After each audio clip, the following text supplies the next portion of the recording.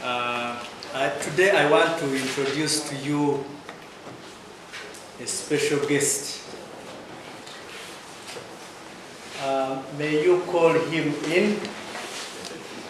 Let that officer come and stand next to me here. Sabbiiti ewedde waliwo akatambi akasaasaanira omutimbagano ng'omukyala amanyiddwa nga Maseti Mbitwire Bashisha ng'apakya omusirikale w'oku nguudo Empi olw'okumuyimiriza ku bigambibwa nti yali atomedde owa booda ku luguudo oluva ekitintalo okudda e Nakawa.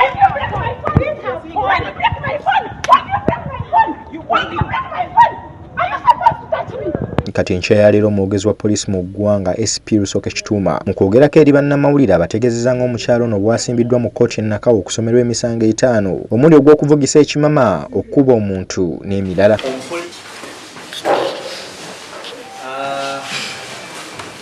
Today is my guest, he's our guest. He's the guest of police headquarters. His name is PC or Police Constable Tusime Abdallah. Tusime Abdallah, you must have been seeing him on social media.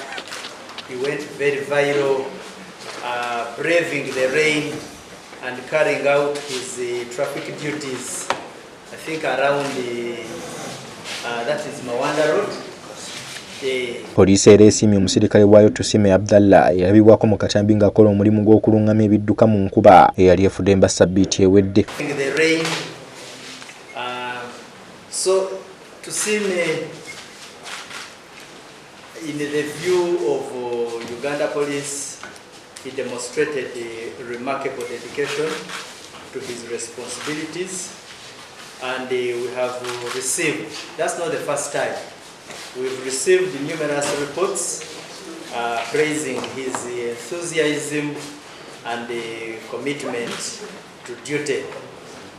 But most importantly, I would like to convey the Inspector General's message of appreciation for his patriotic spirit.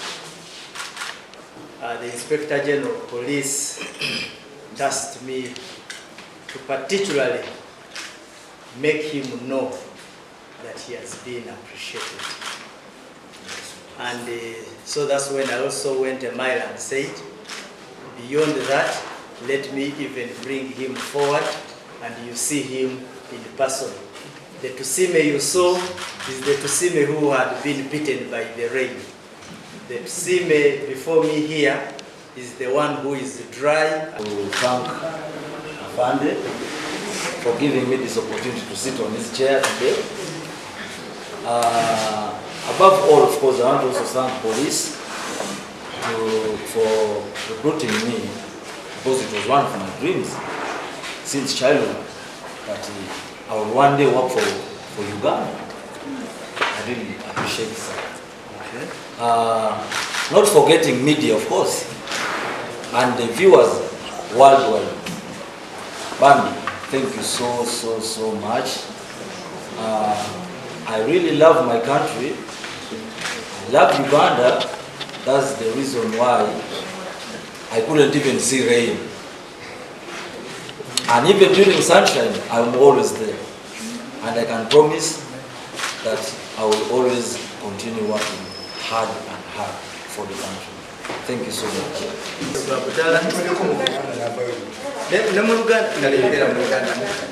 Twala omukisa guno kwebaza Katonda Allah subhanahu wa ta'ala okumpa chance eno leero nange kulabika wano maaso g'abantu, maaso ga dunia. Kyokubiri njagala kwebaza Afande mpadde omukisa okutulako ku katebe ke. Si byangu era neyanziza n'emukama. Then nebaza poliisi kubanga kuva buto twali nga tulwalanga bumundu mu biti nga ngamba lumu nja kukolera Uganda. Era it is a dream come true. Njagala kwebaza nnyo poliisi yatwala omukisa nende poliisi. Paka leero nange sobola kubeera amaaso ga cameras. Then of course so akwirabira abamawulire bamaanyi nnyo nange banaye mwebale nnyo kubanga if singa tali mwe okukuba obufaananyi kukola biki no one so neyanziza nnyo era promisinga mbu nja kugenda maaso nga mkolera Uganda njagala nnyo ensi eyo so I promise ngenda genda maaso nga nkola n'amaanyi. This is not the end. Tebikoma wano tukyagenda maaso tukolere Uganda. So I resume my chair.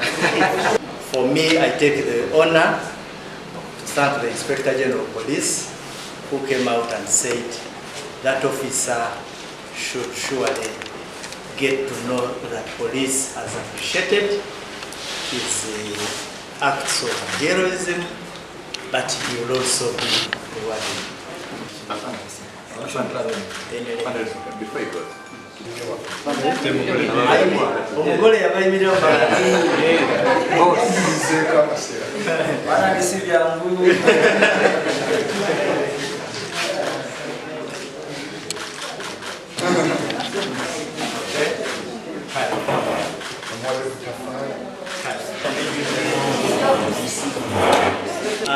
So that is it.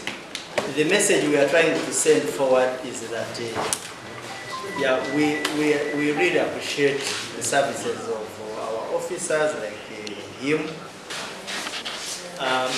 Mbadde mbanjulire waffe tusiime Agudde oyo ndooza sijja kwongerako kinene.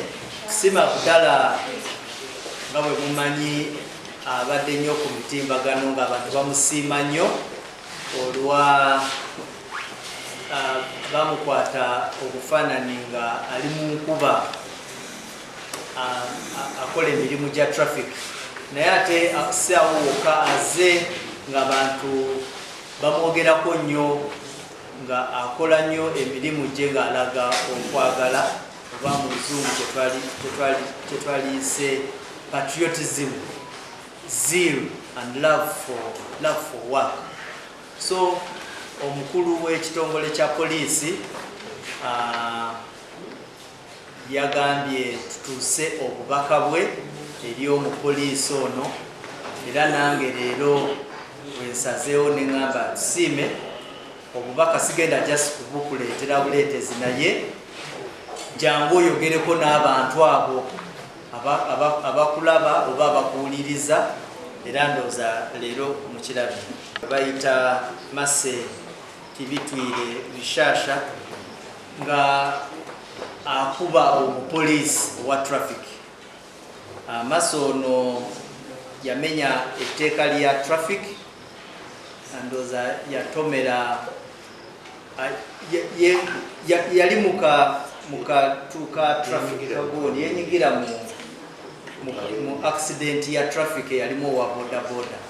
So ono omupoliisi yali ku Makerere University Business School, ne bamutegeeza nti emotoka eyo ejja mu maaso giyimirize. Bwe yagezaako giyimiriza omukyala yagaana, ne yeeyongerayo n'avuga. Ono omupoliisi n'agezaako okumufolowinga. Bwe batuuka ku bitaala bya Lugogo yaddamu era n'amuyimiriza, omukyala n'agaana. Omukyala n'agenda n'avuga emotoka n'agipakinga mu Lugogo showground. Era ekyaliwo is that omupoliisi yavaawo n'amusaba pamit, n'amugamba omanyi mpa ku pamiti yo oziza omusango guno bweguti na bweguti. Naye omukyala tetumanyi ekyamuli ku mutwe, yaddamu kukuba mupoliisi, n'amukuba n'ajjayo essimu nga bwamurekodinga nga bwagenda okumulaga kikyali. Yayogera ebintu bingi nnyo omupoliisi engeri gyali atubuuliramu. Then n'amuwambako n'amasimu. Tetumanyi obusungu oba yali asuzeewo olunaku olwo, n'amuggyako amasimu, amuggyeko ekyuma kya gavumenti ekya traffic kino ekikubisa tickets n'akwata ebintu ebyo byonna bye muwulidde n'abisibira mu mmotoka ye. So empisa ezo tetumanyiwa gye ziva naye anyway kyetwasalawo ne tumugalira era we twogerera leero tumutwala mu kooti. Twamuguddeko emisango egya traffic n'emisango egya CID era leero ku ssaawa nga 8 mboozi ajja kuba ali mu kooti. Eyo is that yes, oyinza okuba nga oyina engeri gy'otakkiriziganyaamu n'abapoliisi baffe, naye usually kyetusaba kifo ky'okutwalira amateeka mu ngalo, twala ensonga zo mu maaso. Buli mupoliisi w'olaba w'oba oli naye awo ayina abalala abamutwala, n'abo abamutwala bw'oba owulira nga nabo tomatidde nabo balina ababatwala. So tetuwagira kikolwa ekyo ekyokutwalira amateeka mu ngalo, era tusuubira nti naye waali wonna kati yejjusa ebintu bye yakoze. Koze omupoliisi ye really yeeyisa mu ngeri ey'ekigunjufu ennyo. Omupoliisi yagezaako nnyo okulaba nti amuavoidinga, kubanga yali asobola naye okumuddiza, yali asobola okumutuusaako naye obulabe, kyataakola. Era n'ekirala twagala okusiima omupoliisi waffe oyo okugezaako nnyo mu kusoomozebwa okwo okulaba nti ate ekintu kyeyongerayo ate mu Luganda mugamba kusajjuka. So twagala tumusiime ku ekyo. Issue endala gye twagala okubatuusaako ya operation eyaliwo e Busoga ku kyalo kya Kasokoso village estate parish mu Central Division Igamba district. Abapoliisi baffe bakola ekikwekweto bwe baafuna emundu mu maka ga Waiswa Hassani ne mukyala we Nakanda Damali. Nakanda Damali bamukwasa emundu okugitereka, eyagimukwasa yali muganda we omukyala, naye ng'oyo omukyala bamuyita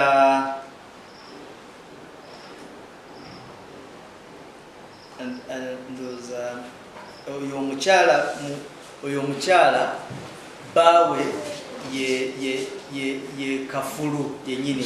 Oyo omwami bamuyita Nfambi Robert. Kati Nfambi Robert mukyala we yatwala emundu n'agiteresa.